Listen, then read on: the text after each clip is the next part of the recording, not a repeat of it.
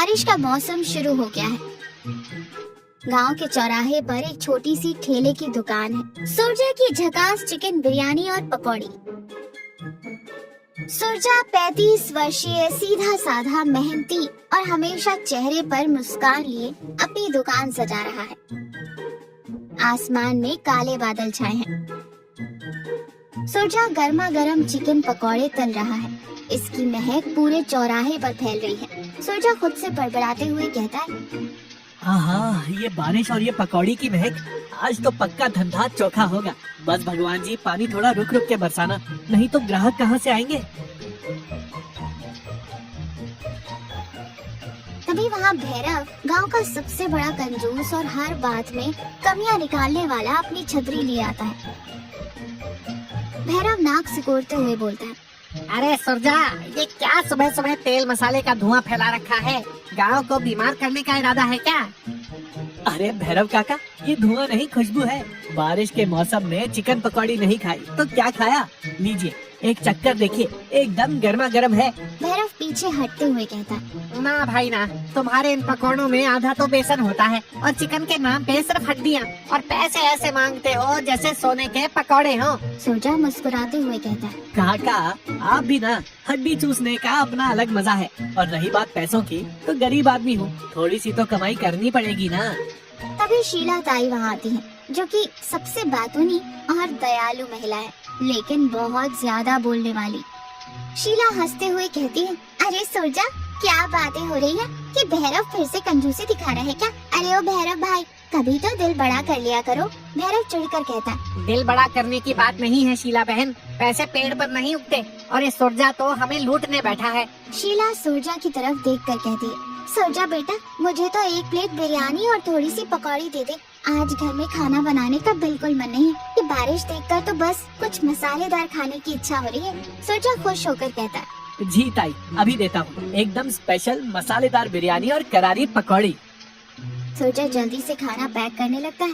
भैरव वहाँ से मुंह बनाते हुए चला जाता है। सुरजा का एक छोटा सा कच्चा घर है। उसकी पत्नी तारामती समझदार और सुरजा का साथ देने वाली है। वो रसोई में कुछ काम कर रही है। सुरजा थका हुआ घर आता है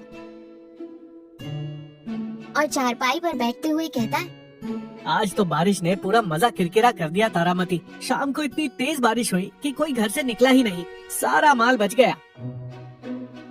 कोई बात नहीं जी, धंधे में तो ये सब बस चलता रहता है, आप चिंता मत करो, कल शायद मौसम खुल जाए। सुरजा उदास मन से कहता है, पता नहीं तारामती, अगर ऐसा ही मौसम रहा तो घर कैसे चलेगा? चिकन भी खराब हो जाएगा। तारामती सोचते हुए कहती है, एक काम करते हैं जी, क्यों ना कल हम चिकन पकौड़े के साथ कुछ नया ट्राई करें? सुरजा हैरानी से कहता है, नया? क्या नया? चिकन जलेबी बनाऊं क्या? तारामती हंसते हुए कहती है, धत, जलेबी नहीं, मैं कह रही थी कि क्यों ना पकौड़ी में थोड़ा अलग मसाला डालें, कुछ ऐसा जो लोगों ने पहले ना खाया हो। मेरी नानी एक खास मसाला बनाती थी, मैं वो बना कर देती हूँ। सुरजा थोड़ा हिचकिचाते हुए कहता है, पक्का? अगर लोगों को पसंद नहीं आया तो जो बचे खुचे ग्राहक हैं वो भी भाग जाएंगे। भैरव काका तो मुझे कच्चा चबा जाएंगे। तारावती प्यार से कहती है, अरे आप एक बार मेरी बात मान कर तो देखिए, भैरव काका को भी स्वाद आ जाएगा। सुरजा मुस्कुराते हुए कहता है, ठीक है, कल तेरा वाला मसाला ही सही, भगवान भरोसे। आसमान में फिर से घने बादल हैं। सुरजा अपनी दुकान पर खड़ा है। तारामती का दिया हुआ खास मसाला पकौड़ी में मिलाया गया है। खुशबू कल से भी ज्यादा तेज आ रही है और अलग भी है। भैरव दूर से खुशबू सूंघते हुए आता है, खुद से बड़बड़ाते हुए कहता है, आज ये क्या बना रहा है सुरजा? खुशबू तो कुछ अलग सी आ रही है। नहीं नहीं, मुझे उसके झांसे में नहीं आना है, जरूर कोई सस्ता तेल इस्तेमाल किया होगा। तभी गांव का एक नौजवान सुरेश दौड़ता हुआ आता है। अरे सुरजा भैया, जल्दी से एक प्लेट पकौड़ी देना, बहुत भूख लगी है। सुरजा मुस्कुरा कर कहता है, अभी लो सुरेश भाई, आज कुछ खास पकौड़ी है, खाकर बताना कैसी लगी।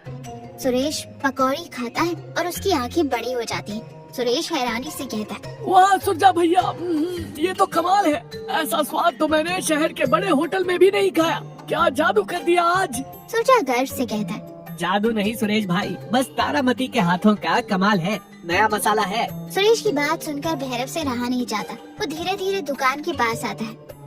भैरव खांसते हुए कहता है, सुरजा, जरा एक पकौड़ी मुझे भी चखाना, बस टेस्ट करने के लिए।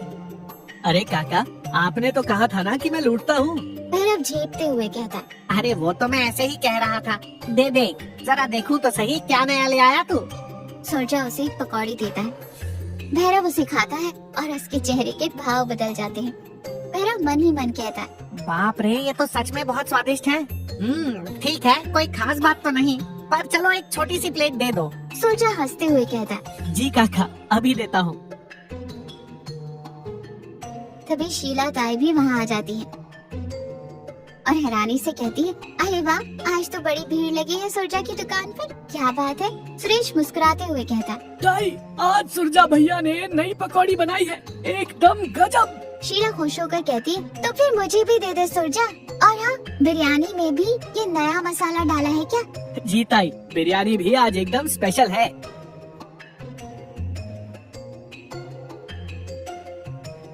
देखते ही देखते सुरजा की दुकान पर लोगों की भीड़ लग जाती है। भैरव चुपचाप एक कोने में खड़ा पकौड़ी खा रहा होता है। सुरजा आज बहुत खुश है। सारा माल जो बिक गया वो पैसे गिन रहा है।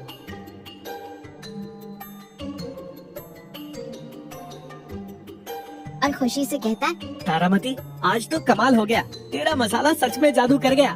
भैरव काका ने भी 2 प्लेट पकौड़ी खाई। तारामती मुस्कुराते हुए कहती है, देखा, मैंने कहा था ना, कभी कभी कुछ नया करने में ही फायदा होता है। सुरजा सहमति में सिर हिलाते हुए कहता है। हाँ तारामती, तू सही कह रही थी, अब मैं रोज यही मसाला इस्तेमाल करूँगा। तभी दरवाजे पर दस्तक होती है। सुरजा दरवाजा खोलता है तो सामने भैरव खड़ा होता है। सुरजा हैरानी से कहता है, भैरव काका, आप इस वक्त? सब ठीक तो है? भैरव थोड़ा झिझकते हुए कहता है। हाँ सुरजा, वो मुझे तुमसे कुछ बात करनी थी। जी काका, अंदर आ जाइए, बताइए क्या बात है। भैरव काका गंभीर स्वर में कहते हैं। सुरजा, मैंने आज तुम्हारी पकौड़ी खाई, बहुत अच्छी थी। सुरजा विनम्रता से कहता है। शुक्रिया काका। काका गहरी सांस लेते हुए कहते हैं। देखो सुरजा, मैं हमेशा तुम्हारी शिकायत करता था, कंजूसी करता था। मुझे लगता था तुम गरीब हो तो तुम्हारा खाना भी वैसा ही होगा, लेकिन आज मुझे समझ आया कि मेहनत और लगन से बनाया हुआ खाना बड़े बड़े होटलों को भी फेल कर सकता है। सुरजा भावुक होकर कहता है। काका, आप ऐसा मत कहिए, हम गरीब जरूर हैं, लेकिन ईमानदारी से अपना काम करते हैं। भैरव अपनी जेब से कुछ पैसे निकालते हुए कहता है। ये लो सुरजा, आज मैंने जो 2 प्लेट पकौड़ी खाई थी, ये उसके पैसे हैं। मैंने तुम्हें सिर्फ 1 प्लेट के पैसे दिए थे, मुझे माफ कर देना। सुरजा पैसे वापस करते हुए कहता है। नहीं काका, इसकी कोई जरूरत नहीं है, आपका ये कहना ही मेरे लिए बहुत है। भैरव जिद करते हुए कहता है। नहीं सुरजा, ये तुम्हें लेने ही होंगे, ये मेरी गलती का पछतावा है। और हाँ, कल से मैं रोज तुम्हारी दुकान पर आऊँगा, लेकिन शिकायत करने नहीं, बल्कि तुम्हारी बिरयानी और पकौड़ी खाने। भैरव पैसे सुरजा के हाथ में रखकर चला जाता है।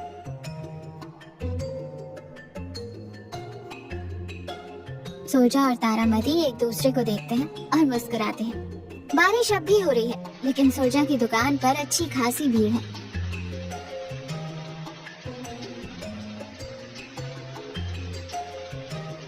भैरव और शीला ताई एक बेंच पर बैठे बिरयानी खा रहे हैं। शीला बिरयानी खाते हुए कहती है, अरे भैरव भाई, आज तो आप बिना शिकायत किए मजे से खा रहे हैं। क्या बात है, सूरज पश्चिम से निकल आया है क्या? भैरव मुस्कुराते हुए कहता है। शीला बहन, स्वाद के आगे हर शिकायत हार जाती है, और सुरजा की मेहनत और तारामती के मसाले ने तो मुझे अपना दीवाना बना दिया है।